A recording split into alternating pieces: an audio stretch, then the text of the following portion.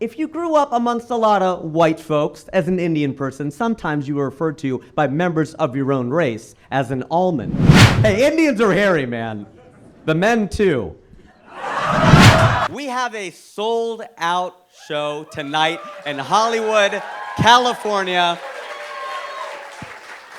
Man, I guess that's what texting each of you 8 times will do.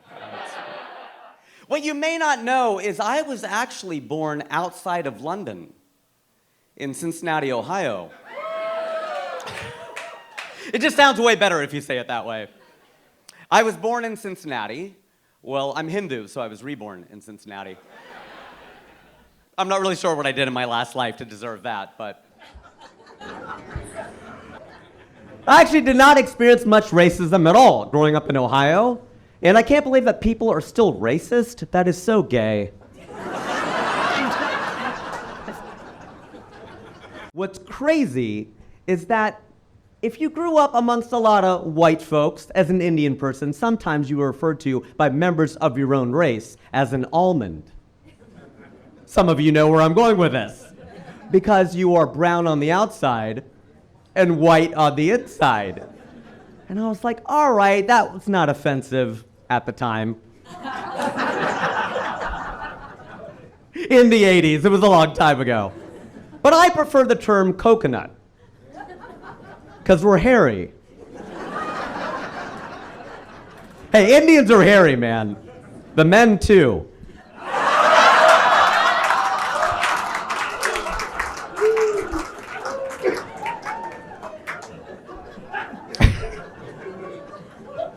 She's like, nice job, Baldy. Yeah, let's see the hair up there. Yeah. I'm quite liberal on immigration. I'm here. But it's not like I don't get the conservative argument. I totally get it. People jumping the border, getting all the same rights as Americans. I don't know if I'm down with that either. I understand that. It'd be like, sir, if I broke into your house. If I broke into your house, I'm like, I know I should not have done that. But now that I'm here, can I have my own room? I get the argument. It's just I don't know that I agree with it because we're Americans and we can be dicks about immigration. On the border, we put a state called New Mexico.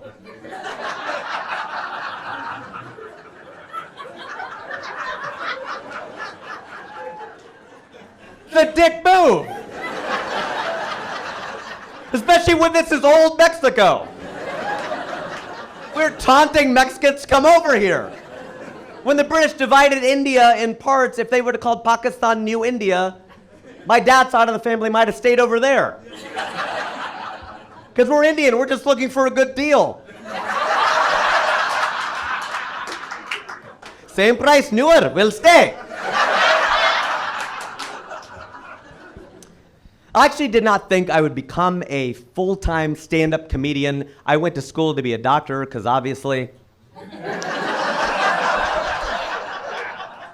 After I graduated, I went to go work at P&G, Procter & Gamble, P&G, the Peach, as I love to call it, the Peach. I worked there. The reason I use some slang is because a lot of people of color who worked at the Peach. I'm a brown guy. My manager was black. Well, he probably still is. I just haven't seen him in a while. That'd be weird. Calvin, what happened? I got promoted.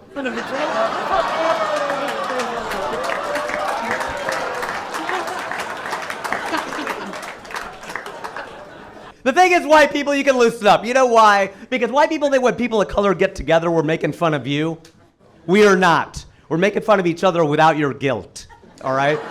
That's what's going on. Because Calvin and I would bust on each other all the time. He was my boss. I remember one afternoon, I walked up to him. I'm like, hey, Calvin, are you free? He goes, since 1863, dog! It's a good joke. Take that to Hollywood, son. The thing is, brown people and black people were mixing a lot back then. Deepak Chopra became the most famous South Asian in America by appearing on a show hosted by Oprah Winfrey. They were a great duo. I wish they would have gotten married. She could have been Oprah Chopra.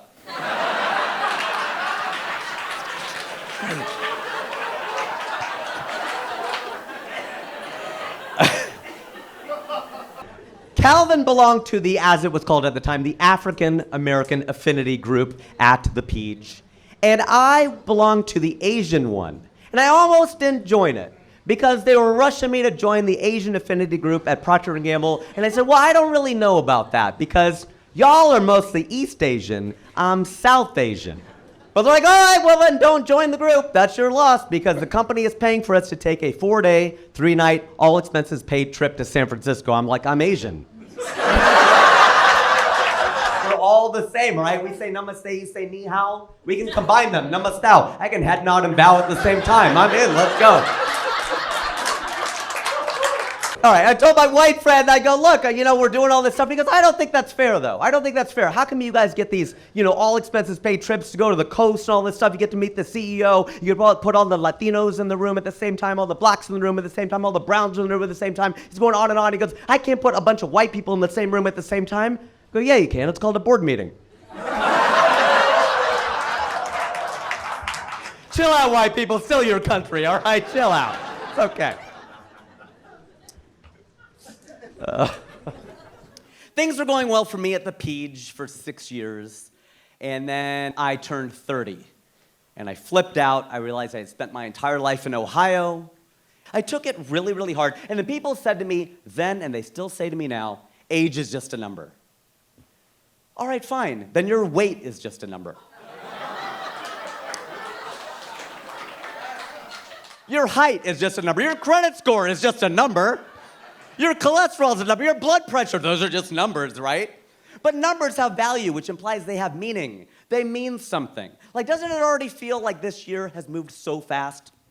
It's shorter than any year so far, right? Well, there's some math to that. I'm going to break it down, all right? My son, I have a son, by the way.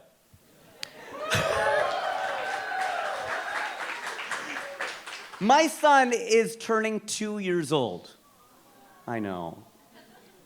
He's turning 2 years old, so this next year of his life is 50% of it, right? 1/2, 50% of his life, it's gonna feel really long to him. This next year, I'm almost 50. I know, black don't crack, brown don't frown, that's what I'm saying. So this next year is 2% of my life. So to me, it's gonna feel really short, to him, it's gonna feel really long. And the only reason I tell you that is to depress the hell out of everyone in the room. No, I say it because I want people to stop saying age is just a number. It's crap. In fact, toilet paper is a very good analogy, in fact, because when you sit down and check to see how much toilet paper is left, hopefully in the reverse order, you check, and then you sit down.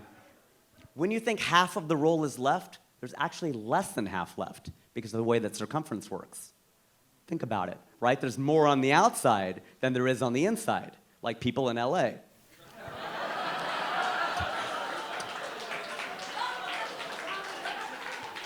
So my analogy is that life is like toilet paper. The less that's left, the faster it goes. I'm not sure when this turned into a TED Talk. But that's okay. I turned 30, I flipped out, and I moved to California, moved to Los Angeles, specifically to be a full-time comedian and an actor. I am an actor. Although you haven't, yeah, sure, no, thank you. You haven't seen me in anything, so I'm like an auditioner. Actually booked a very weird role recently. On Netflix, there's a show called Indian Matchmaking. Some of you will know this show, and not only the brown people, a lot of people know this show, they're watching it. They now have Jewish matchmaking, they're expanding it into a franchise. And if you don't know the show, or even if you do, it's about Indian matchmaking. It's a very coy title. So I actually do the audio description for the show. Some of you will not know what that is. I will explain. If you go in Netflix into settings and turn on audio description, I know it's hard to say, Mom, I made it, when you have to tell them to go into the settings. But it's for the seeing impaired. It helps them hear what's going on. You narrate the show. It's really kind of a crazy thing. It's kind of cool to be able to do this. I don't know. It's the role that I was able to book. But that show cracks me up. Indian matchmaking cracks me up. If you've seen it, or even if you haven't, the star of the show is someone named Seema Auntie. And what her job is to connect South Asians together romantically, and she is right about 0% of the time. That's a strange premise for a show. It'd be like turning on SportsCenter. Here's all the shots Steph Curry missed last night. I don't want to see that. I want to see my boy traded from 10 feet behind the three-point line. It's crazy. But she'll say that stuff. She'll criticize, especially the women. She's a little sexist. Siba auntie. She will say to the women, "Mia beti, you have too many criterias." She takes this word criteria and she makes it even more plural.